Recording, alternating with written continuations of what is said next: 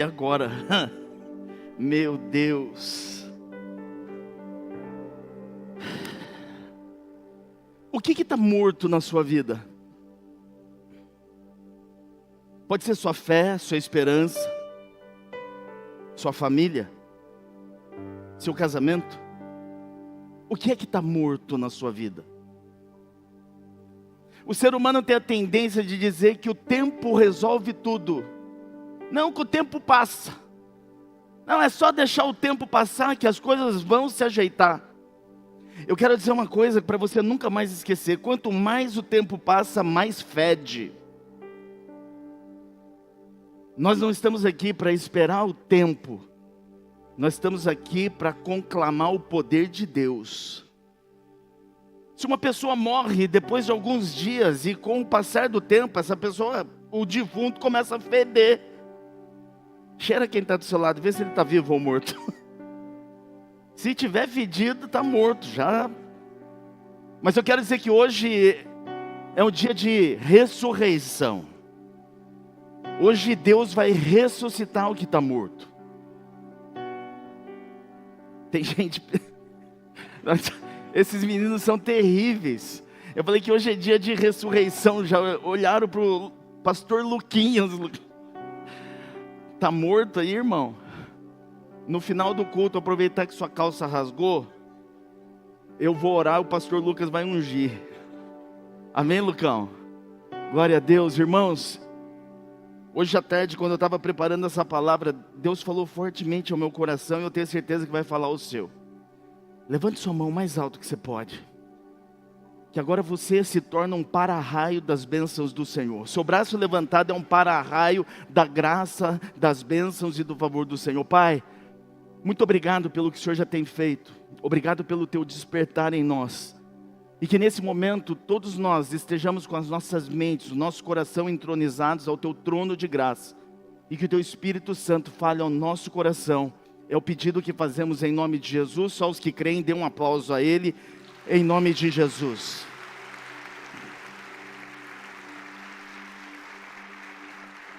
Por pior que seja o cenário da sua vida, ou por mais fedendo que possa estar algumas faixas, alguns segmentos da tua história, eu quero dizer que o fim não é o fim. Olha para quem está do seu lado e fala assim: o fim não é o fim. Não é o fim, não é o fim, não é o fim. E hoje nós vamos provar disso, não é o fim. O seu casamento não é o fim, a sua história não é o fim. Suas finanças, do jeito que está, não é o fim. Não é o fim. Ezequiel, capítulo 37, eu quero ler 2 versículos com você. 3 versículos. A partir do verso 12, Ezequiel 37. E lhes direi: ó meu povo, eu vou abrir os seus túmulos e fazê-los sair. Trarei vocês de volta à terra de Israel. E então vocês, meu povo, saberão que eu sou o Senhor. E quando eu abrir os seus túmulos e os fizer sair deles, porei o meu espírito em vocês e vocês viverão. Só quem crê, diga aleluia. Ezequiel capítulo 37 é um marco na vida de um crente como você e eu. Aí no capítulo 37 nós vemos aí o tratar de Deus. É o vale de ossos secos. Talvez você que veio para aqui hoje está olhando para alguma área da sua vida e o máximo que você consegue enxergar é um cemitério. Está morto. Não tem mais vida, não tem mais graça, não tem mais valor. E talvez você tenha vindo para cá achando que chegou o fim e que não tem mais jeito. Ezequiel, esse grande profeta, ele pregava, o ministério dele era anunciar e pregar a palavra para um povo sem esperança. Talvez como muitos hoje estejam aqui, dessa forma, sem esperança. Eu não sei se você sabe o contexto, mas Jerusalém havia sido invadida. O templo tinha sido destruído. A identidade do povo de Israel estava perdida. E o povo via o exílio na Babilônia como um abandono de Deus, como muitos hoje podem estar pensando dessa forma, que Deus te esqueceu, que Deus te abandonou, que nada acontece. Mas você veio no dia certo, na hora certa, para você ouvir do próprio Deus que Ele não te esqueceu e que Ele não te abandonou. Só quem recebe, diga amém. O ministério do profeta Ezequiel foi restaurar a fé, irmãos, naquele povo, restaurar a esperança, e acima de tudo isso, um propósito para aquela nação que estava em ruínas, quebrada. O texto aqui de Ezequiel capítulo 37 descreve um vale. Diga comigo, vale. Fala mais alto, diga vale. Sim, um vale. Esse vale estava próximo da Babilônia. E o texto nos mostra que ossadas, muitos ossos secos, sequíssimos, estavam espalhados por esse vale. E esses ossos secos simbolizavam a derrota e o abandono. Ou seja, era um cenário de morte coletiva. Talvez como muitos de vocês chegaram até aqui hoje. Sepultaram o seu sonho, sepultaram a sua esperança, sepultaram a sua expectativa, já sepultaram o seu cônjuge, sepultaram o seu futuro. Mas Deus leva Ezequiel em espírito a esse vale. E o que eu acho mais interessante é que Deus desafia o profeta Ezequias. Lá no capítulo 3, ele pergunta para o profeta: olha para isso, olha para esse cenário. Será que é possível que esses ossos revivam? Olha o desafio que Deus faz para o profeta, fazendo essa indagação: será que é possível esse monte de ossos secos voltar a viver? E aí eu acho mais lindo a resposta que o profeta dá, demonstrando muita fé. Diga comigo, fé. Diga dependência. Sim, fé e dependência. Fé e dependência é a resposta que o profeta dá. Quando Deus pergunta: será que é possível esse monte de ossos voltar a viver? E aí o profeta vira para ele e diz: Senhor, Tu sabes. Sabe o que eu quero dizer com isso? As suas dúvidas, as suas indagações, os cemitérios que você sepultou, o seu futuro, não depende de você, depende dEle. Porque é Ele que sabe o futuro que está destinado e reservado para cada um de vocês. Ele merece um aplauso. Se eu fosse você, eu não perderia essa oportunidade. Esse texto revela que não existe situação irreversível, não existe nada impossível, não tem nada que o nosso Deus não possa fazer. Quando o Espírito Santo se move na nossa direção. Por isso, o fim não precisa ser o fim, o fim não precisa ser o seu fim. Em Isaías 35, conta que o povo estava dividido, irmãos. O povo de Israel estava dividido, o povo estava sem fé, o povo estava sem alegria. Mas aqui em Isaías 35, Deus promete restaurar os desertos e devolver a alegria do seu povo. Parecia que já tinha decretado o fim, que era algo irreversível. Mas aqui nesse capítulo de Isaías 35, mostra o mesmo poder que aqui foi manifesto em Ezequias 37. Porque Deus é poderoso. Jeremias capítulo 29, fala de um cativeiro onde eles estavam. E Deus reafirma o plano de paz que Ele tinha. Assim como você que veio para cá hoje, talvez sem esperança, sem fé e sem expectativa, e talvez sem futuro. Mas o mesmo Deus que falou ali no cativeiro é o mesmo Deus que hoje vai falar ao seu coração. Romanos capítulo 8, irmãos, o apóstolo Paulo, ele usa a mesma lógica, e ele diz o seguinte: o Espírito que ressuscitou Jesus também vivifica o seu, o meu, o nosso corpo, é o mesmo Espírito. Você pode dizer aleluia? Então, irmãos, eu queria que você pensasse em alguma área da sua vida que está morta, ou que você enterrou, porque hoje Deus vai se manifestar na nossa direção, para trazer de volta aquilo que a gente acha que já morreu. Primeira coisa, quando parece que está tudo perdido, Deus se levanta e mostra que Ele tem um plano. Sempre Deus tem um plano. Irmãos, Deus não fica sem resposta. Nós sempre podemos esperar algo de Deus.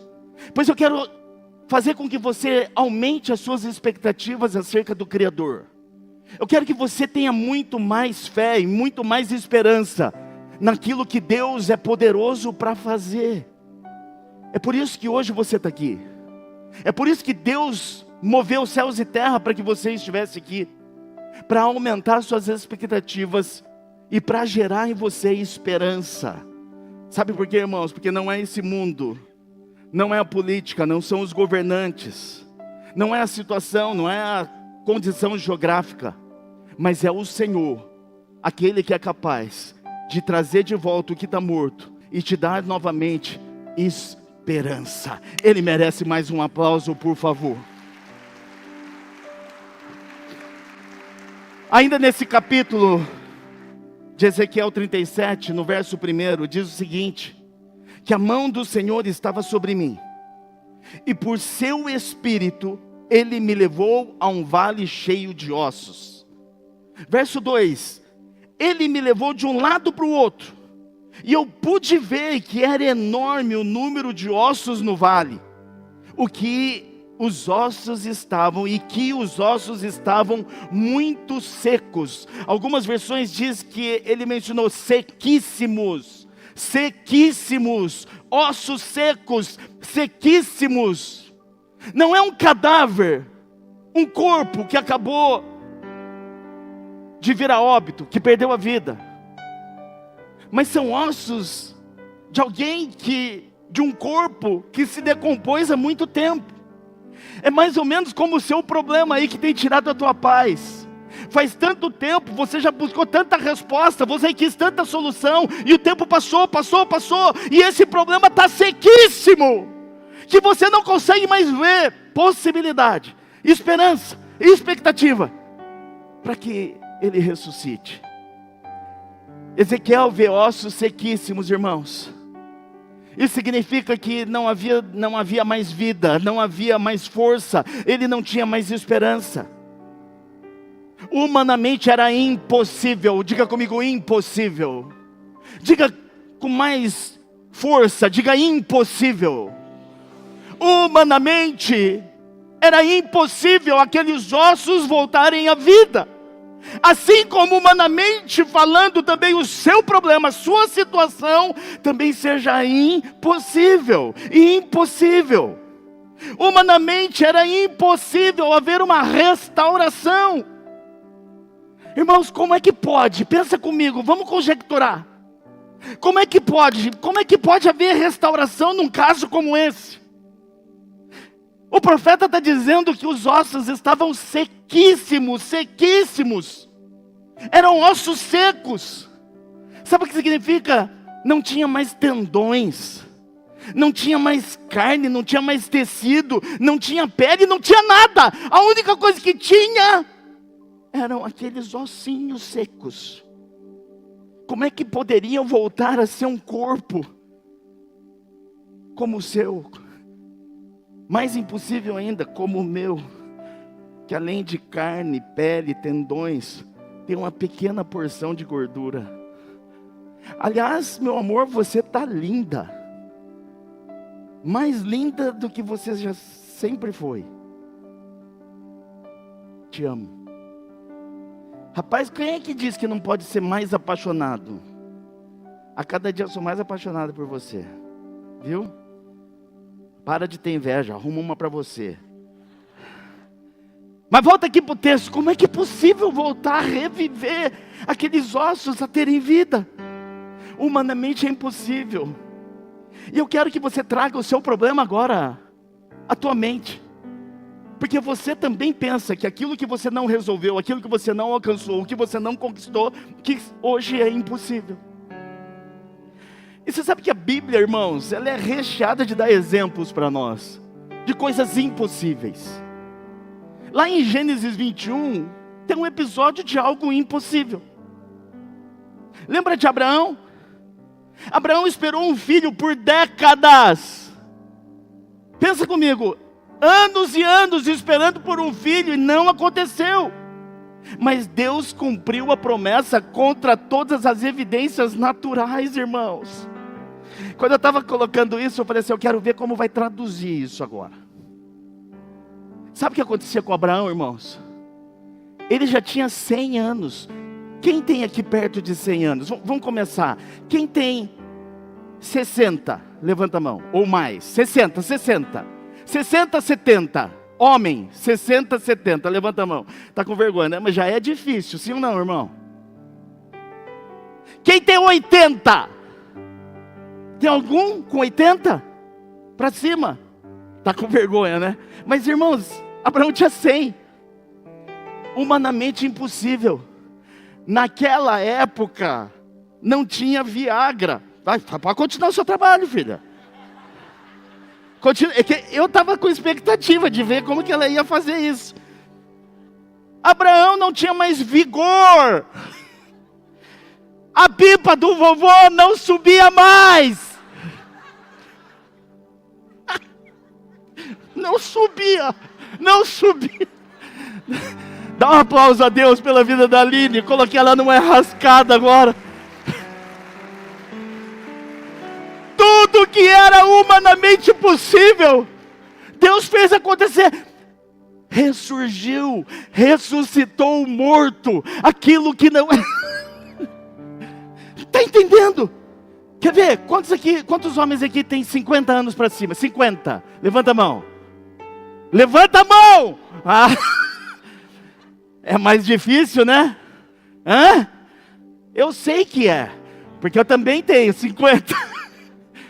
Irmão, mas contra tudo aquilo que humanamente era impossível, Deus fez acontecer. Então, olha para o teu marido e fala assim, eu creio em Deus. Pode falar. Então, ó, tá vendo? Deus já está restaurando a fé nas mulheres aqui, nas esposas, né? Expectativa, esperança. Você enterrou o morto faz tempo, mas hoje é dia disso ressurgir. Diga um amém mais alto que você pode. Lembra de Noemi? A Bíblia é recheada de exemplos. Noemi perdeu o marido, ficou viúva. O texto diz que Noemi perdeu os filhos. Ou seja, ela não tinha mais esperança, ela não tinha mais expectativa. Enterrou tudo. Ela não tinha mais sonho. Mas Deus é poderoso, diga comigo, poderoso. Deus é maravilhoso, diga comigo, maravilhoso. Sabe o que Deus fez? Deus restaurou. Deus restaurou a alegria de Noemi. Através, sabe de quem? Olha como é improvável, só Deus faz isso. Através da nora. Quantos aqui já viram a sogra não se dá bem com nora? Ou sogra não se dá bem com genro? Já viu isso? Quem já viu isso? Eu, graças a Deus, não tenho problema com isso. Nem você, né? Você tem problema com isso? Claro que não, minha mãe morreu. Mas a restauração veio através de quem era impossível. Irmãos, se Deus mostra que fez, eu continuo crendo que Ele é capaz de fazer nos dias de hoje. Só quem crê de verdade, dê o melhor aplauso que você pode em nome de Jesus. É por isso, irmãos, que a gente tem que se tocar. Muitos hoje estão olhando para a sua família, para o seu casamento, para as suas finanças, para o ministério seco, e conseguem enxergar somente ossos. Ossos que humanamente é impossível. Situações que parecem ser irreversíveis. Mas a esperança nasce da certeza de que Deus sempre tem um plano maior do que aqueles que a gente pensa em ter. Pois eu quero te dizer, você veio hoje no lugar certo, na hora certa, porque um Deus todo-poderoso tem um plano magnífico para restaurar, para ressuscitar tudo aquilo que já morreu. Só quem crê, diga aleluia e dê mais um aplauso a Jesus. Jeremias 29:11 diz o seguinte: porque sou eu, o Deus Todo-Poderoso, que conheço os planos que eu tenho para vocês. Planos, sabe do que? Planos de paz, de bênçãos e não de mal. É o seu Deus dizendo isso para você. Pastor, o senhor não sabe o que eu estou passando. Você não sabe o que eu já passei. Pois aquilo que é impossível para os homens, é nesse momento que Deus entra em cena. Porque aquilo que é possível para mim e para você, a gente tem que fazer. Mas quando a gente entende, elenca que aquela situação é impossível, aí Deus entra em ação. Eu quero te dizer, você veio hoje aqui para despertar Deus, para que Ele entre em ação na tua direção. Hernandes Dias Lopes diz o seguinte: que a esperança começa quando nós olhamos para o impossível e nos lembramos que Deus não tem limites. Não tem limites para Deus, irmãos. Não tem limites para Deus. Quantos creem, confiam, digam glória a Deus. Então se lembre, pode estar morto, pode estar fedendo, pode ter sido sepultado, mas Deus tem planos maiores do que os seus, a teu respeito, para que você tenha uma vida plena em nome de Jesus. Segunda coisa, nós precisamos primeiro entender que Deus tem planos maiores do que os nossos. Segunda coisa, a palavra de Deus, diga a palavra de Deus. Só quem tem fé, diga a palavra de Deus. Só quem é apaixonado por Jesus, diga a palavra de Deus. A palavra de Deus, irmãos, a palavra de Deus é o caminho para a restauração, para a ressurreição, para reviver o que estava morto. É a palavra de Deus. Agora só quem tem fé, diga a palavra de Deus. Verso 4, aqui de Ezequiel 37. Então ele me disse: profetize. Olha Deus aqui falando para o profeta: profetize a esses ossos e diga-lhes: ossos secos, ouçam a palavra do Senhor. Assim diz o soberano Senhor a esses ossos: farei um espírito entrar em vocês e vocês terão vida. Porei tendões em vocês e farei aparecer carne sobre vocês e os cobrirei com pele. Porei um espírito em vocês e vocês terão vida. Então vocês saberão que eu sou o Senhor. E eu profetizei conforme a ordem recebida. Meu Deus, sabe que eu fico impressionado com uma coisa antes da gente continuar? É que a palavra de Deus muitas vezes é nítida na nossa direção. A palavra de Deus é objetiva e clara na nossa direção.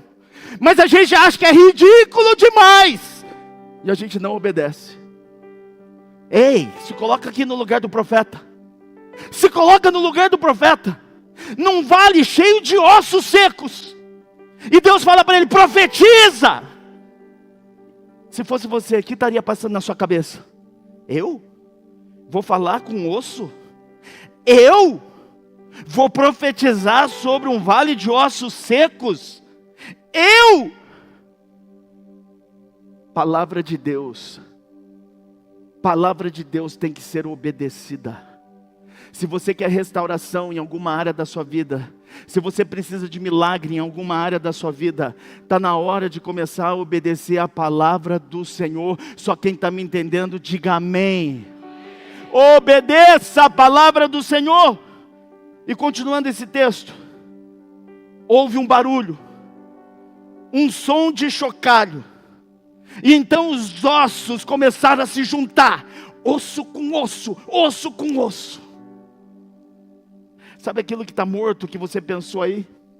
Sabe aquilo que você não tem mais esperança, que você não tem mais expectativa? Pois hoje a palavra do Senhor na tua direção é: obedeça. Obedeça. Deus manda o profeta Ezequiel profetizar sobre os ossos. E aí eu pergunto: qual foi o resultado? Ficou por isso mesmo. Não aconteceu nada. Pelo amor de Deus, os ossos começaram a se juntar, osso com osso, osso com osso. Tendões começaram a aparecer, a carne começou a tomar músculo, pele. Aquilo que não tinha vida passou a ter vida, irmão. Você pode dizer aleluia? Sabe onde está o poder? Em obedecer a palavra do Senhor. Sabe por que tem muito crente comendo pão que diabo amassa? Nesses tempos, Deus não mudou coisa nenhuma. Mas sabe por que tem tanto crente que vive de cara feia, reclamando, murmurando, praguejando? Porque não é obediente à palavra de Deus. Tem muito crente que era para ser muito rico, mas não é obediente à palavra do Senhor. Olha para o irmão que está do seu lado e fala assim: ô cabeção, pelo amor de Deus, seja obediente. Seja obediente. E é engraçado, irmãos, que Deus, quando dá uma palavra, muitas vezes parece loucura. Sabia disso? Lembra de Josué diante das muralhas de Jericó? Lembra dessa história? Lembra da palavra que Deus deu para eles, que eles tinham que fazer? Deus mandou ele pegar os exércitos que ele tinha, os maquinários, os equipamentos, as armas bélicas, e ir contra aqueles muros. Foi isso? Não, não foi isso. Deus simplesmente falou assim: dá volta, dá volta, dá volta em torno desses muros. E quando chegar da última vez, vocês vão dar a volta e vocês vão gritar. Vocês vão tocar o chofar e as muralhas vão cair. Irmãos, isso é insano. Isso humanamente é impossível. Mas eles obedeceram. Diga comigo: obedeceram. Eles conquistaram, sim ou não? Eles conquistaram, sim ou não? Sim! Por causa que Deus deu uma palavra, e eles cumpriram a palavra. Aí eu pergunto para você: você quer ressurreição? Você quer ressurgir? Você quer ter esperança? Você quer ter a sua finança abençoada? Você quer seu casamento, sua família? Por que você não obedece? Porque Deus dá palavra, sempre. Tem gente que fica correndo atrás de profetada. Sabe o que é profetada? Alguém vem e lança uma palavra. Sabe qual a maneira que Deus usa nesse tempo para falar com você? Para Ele entregar uma palavra para você? Não que eu não acredite que existam profetas e profetisas que sejam porta-voz de Deus. Eu acredito, mas são poucos. Porque Deus não precisa, nesse tempo, de profetas e profetisas, porque Ele já tem a palavra. É essa palavra. É essa. Quantos estão me entendendo aqui? Diga aleluia. Então por que você não acessa a palavra? Se aqui está a palavra, se aqui tem condição para você ser abençoado, prosperar, caminhar, conquistar, avançar, está aqui a palavra. É aqui, ó. É a partir daqui. A gente só tem que ser obediente e cumprir a palavra. Cumprir a palavra. Pergunta para o irmão que está do seu lado: Deus mudou? Responde para ele. Deus está moderninho agora? Hã? Ah, Deus agora está usando calça agarrada, igual o pastor Luquinhas. Deus é imutável. Imutável, não muda. E o que Ele promete, Ele cumpre. E se está na palavra, siga. Porque são os princípios que Ele estabeleceu. Só quem está me entendendo, diga aleluia. Dá um aplauso lindo a Jesus.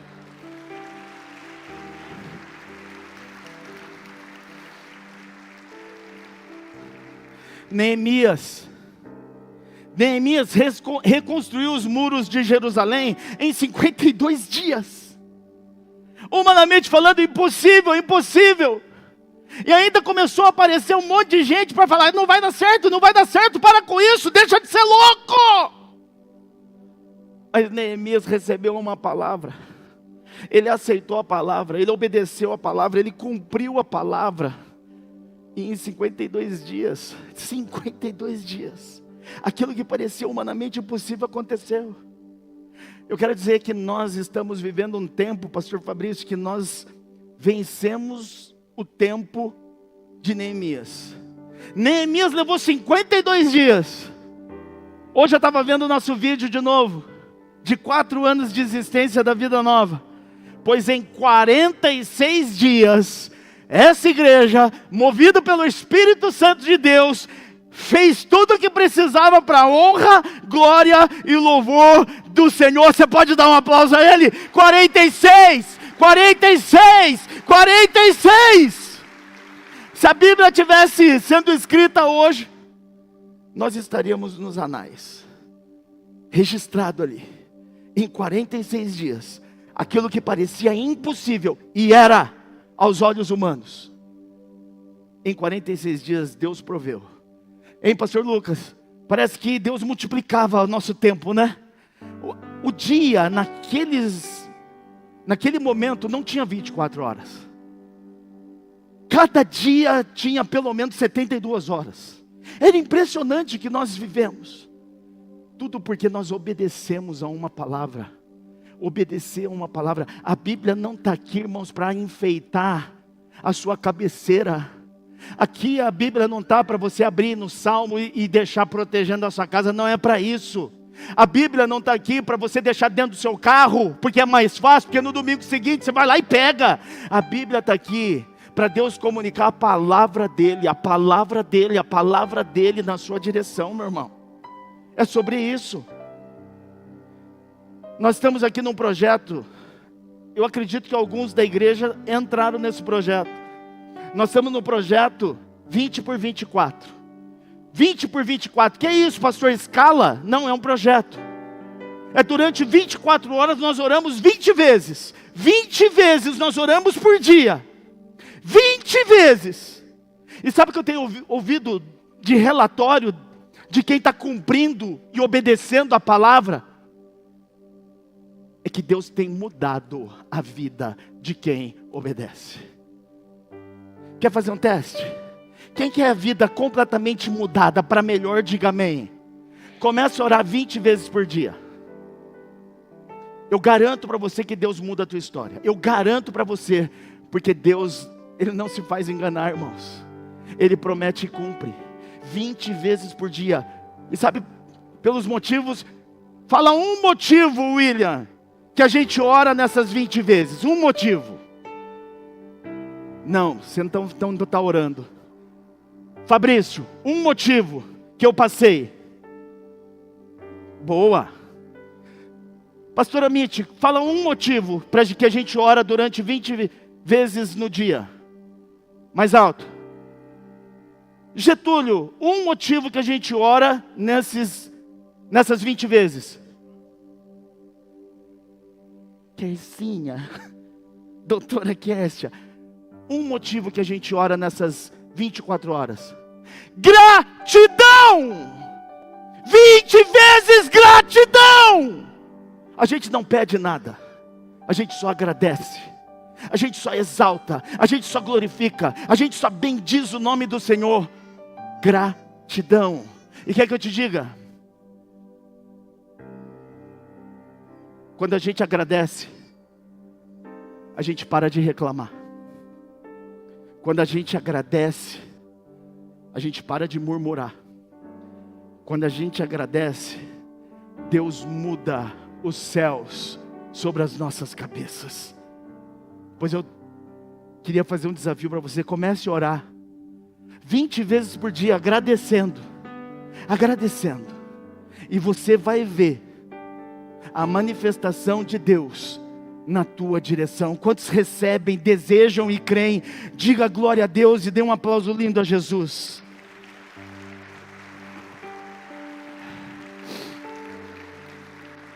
Deus nos deu uma direção, nos deu uma palavra, para que a gente, todos os cultos, chamássemos as pessoas aqui, que tiveram ou que terão uma semana difícil, que tem problemas para apresentar.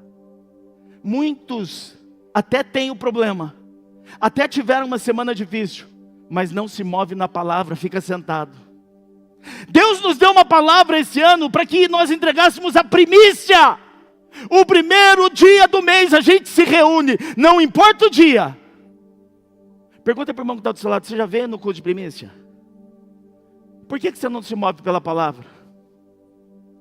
Agora, quantos aqui já vieram no culto de primícia e tiveram um milagre na sua direção? Levanta a mão. Faz assim com a mão. Está entendendo? Pergunta para o irmão que está do seu lado, você está entendendo, abençoado? Uma palavra, Deus tem a palavra, mas nós precisamos obedecer a palavra. Salmo 119, 105 diz: a tua palavra é a tua palavra é lâmpada que ilumina os meus passos, é a luz que clareia o meu caminho. Por causa da palavra, irmãos, é a palavra. Luciano Subirá, ele diz o seguinte: quando a palavra de Deus é liberada, aquilo que aparentemente estava morto começa a responder. Fala comigo, palavra. Fala mais alto, fala palavra. É a palavra. E última coisa, o Espírito Santo. O Espírito Santo não é um bibelô, irmãos. Quando Jesus subiu aos céus, Ele deixou o Espírito Santo aqui. O Espírito Santo, Ele sopra vida aonde não tem mais vida. É o Espírito Santo que renova a nossa esperança. É o Espírito Santo que nos faz gerar expectativa novamente. É o Espírito Santo. Ezequiel, aí no versículo 9 do capítulo 37, diz o seguinte: a seguir ele me disse: profetize ao Espírito, profetize, filho do homem, e diga-lhe: assim diz o soberano Senhor, venha desde os quatro ventos, ó Espírito, e sopre dentro desses mortos para que eles vivam. E aí o profeta, eu profetizei conforme a palavra, eu profetizei conforme a ordem recebida. E sabe o que aconteceu? O Espírito, Ruach Kadosh, o Espírito entrou neles, e eles receberam vida. E aqueles que eram ossos, se colocaram em pé, e se tornaram um grande e poderoso exército. Meu Deus do céu!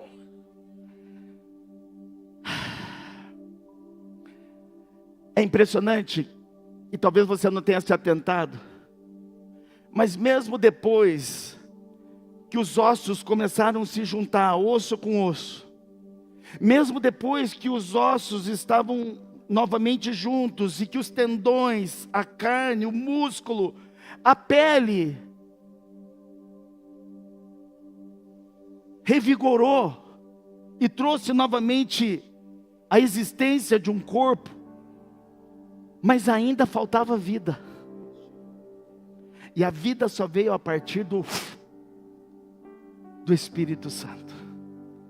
É o Espírito que faz toda a diferença, irmãos.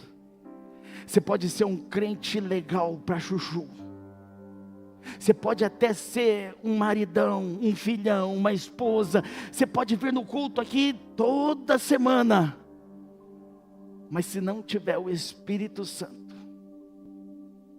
não tem vida, não tem milagre, não tem como ressuscitar. Olha para quem está do seu lado e fala assim: você precisa do Espírito Santo. O Espírito é sinônimo de poder, irmãos. Lembra lá em Pentecostes, em Atos capítulo 2, a Bíblia conta que o Espírito Santo veio sobre os discípulos, e transformou aquele monte de homens medrosos em pregadores ousados. Pergunta para quem está do seu lado: você é tímido? Pergunta para ele: você é tímido? Pergunta do outro lado: você é tímido? Pois os tímidos não vão herdar o reino dos céus. Não sou eu quem digo, é a palavra. É a palavra. Sabe quem vence a tua timidez? O Espírito Santo. É o Espírito Santo. É o Espírito Santo. Diga assim: eu quero o Espírito Santo. Não, só quem quer de verdade diga: eu quero o Espírito Santo. Mas o Espírito Santo não é para quem quer, é para quem pode.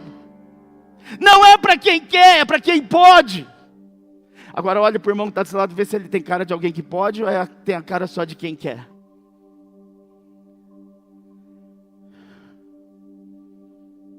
Só pode ter o Espírito Santo quem já reconheceu Jesus como Salvador e Senhor. Quem é que manda na sua vida? É você? Então você não reconheceu Jesus como Senhor. Você faz o que dá na sua cabeça? Você faz o que você tem vontade? Você só faz aquilo que você acha, aquilo que deve ser feito? Você não elegeu Jesus como teu Senhor, só como teu Salvador. Só tem acesso ao Espírito Santo quem tem Jesus no coração como Salvador e Senhor. Diga comigo: Senhor e Salvador. Diga: Salvador e Senhor. E Jesus é o que para você? Ainda bem que tem uns crentes aqui, porque Ele para mim é meu Senhor e meu Salvador. Ele é meu Senhor e meu Salvador. Porque quando nós elegemos Jesus como Senhor e Salvador, nós não fazemos mais aquilo que a gente quer fazer, aquilo que a gente gosta de fazer, mas a gente faz aquilo que o Senhor quer que a gente faça. Esses dias eu estava com o pastor Lucão, numa caminhada árdua. Inclusive foi nessa caminhada que ele gravou um vídeo.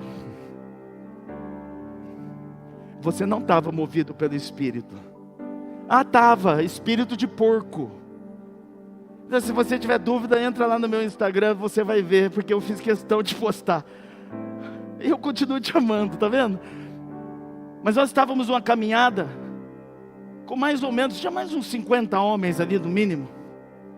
Em determinado momento, um pastor colou em mim e falou assim: pastor do Boiúque. Eu falei: sou eu. O que eu fiz? Pastor, eu ouço falar tanto do senhor, eu ouço falar tanto do ministério, eu estou impactado. Eu falei: o que aconteceu?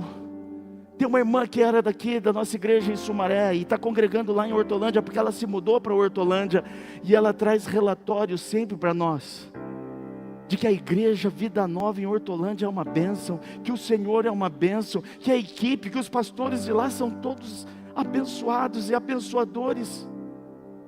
Aí eu na hora quis crescer, sabe? Obrigada. Mas na hora o Espírito Santo falou assim: não é você, sou eu em você. Não é você, sou eu. Ei, irmãos, eu quero dizer algo para você. Deus é o maior interessado em transformar a sua vida, desde que você eleja Jesus como teu Senhor e teu Salvador. Você pode se colocar em pé em nome de Jesus? Em nome de Jesus. Irmãos, enquanto você está se levantando, não perde o foco não. Olha aqui para mim, olha aqui para mim. Tem muitas pessoas hoje em dia, tem muitas igrejas hoje em dia, que até tem estrutura, mas não tem vida. Não adianta nós termos estrutura se nós não tivermos a vida de Deus, que é o Espírito Santo no meio de nós. Não adianta ser rico e não ter o Espírito Santo. Não adianta ser influente e não ter o Espírito Santo. Não adianta ser famoso, conhecido e não ter o Espírito Santo. Não adianta. Não adianta ser uma bela igreja se não tiver o Espírito Santo.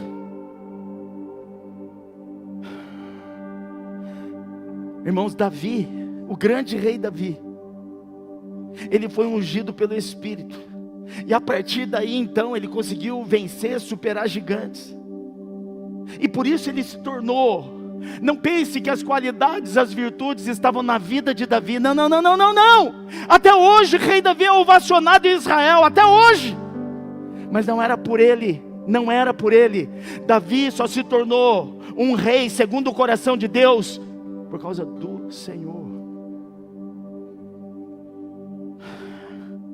Atos 1, capítulo 1, verso 8, diz que vocês receberão poder quando o Espírito, diga Espírito, fala mais alto, fala Espírito, fala Espírito Santo, com fé, diga Espírito Santo, vocês receberão poder quando o Espírito Santo descer sobre vocês, e quando o Espírito Santo descer sobre vocês, vocês serão minhas testemunhas. Sabe o que é ser testemunha? É você relatar, é você falar, é você viver conforme aquilo que você está vendo, é sobre isso. O Espírito Santo vai derramar poder quando você decidir ser testemunha. Testemunha do caráter de Cristo. Testemunha do vocabulário de Cristo. Ser testemunha dos pensamentos, ter a mente de Cristo. Quantos aqui querem poder, digam glória a Deus. Seja testemunha de Jesus. Isaías capítulo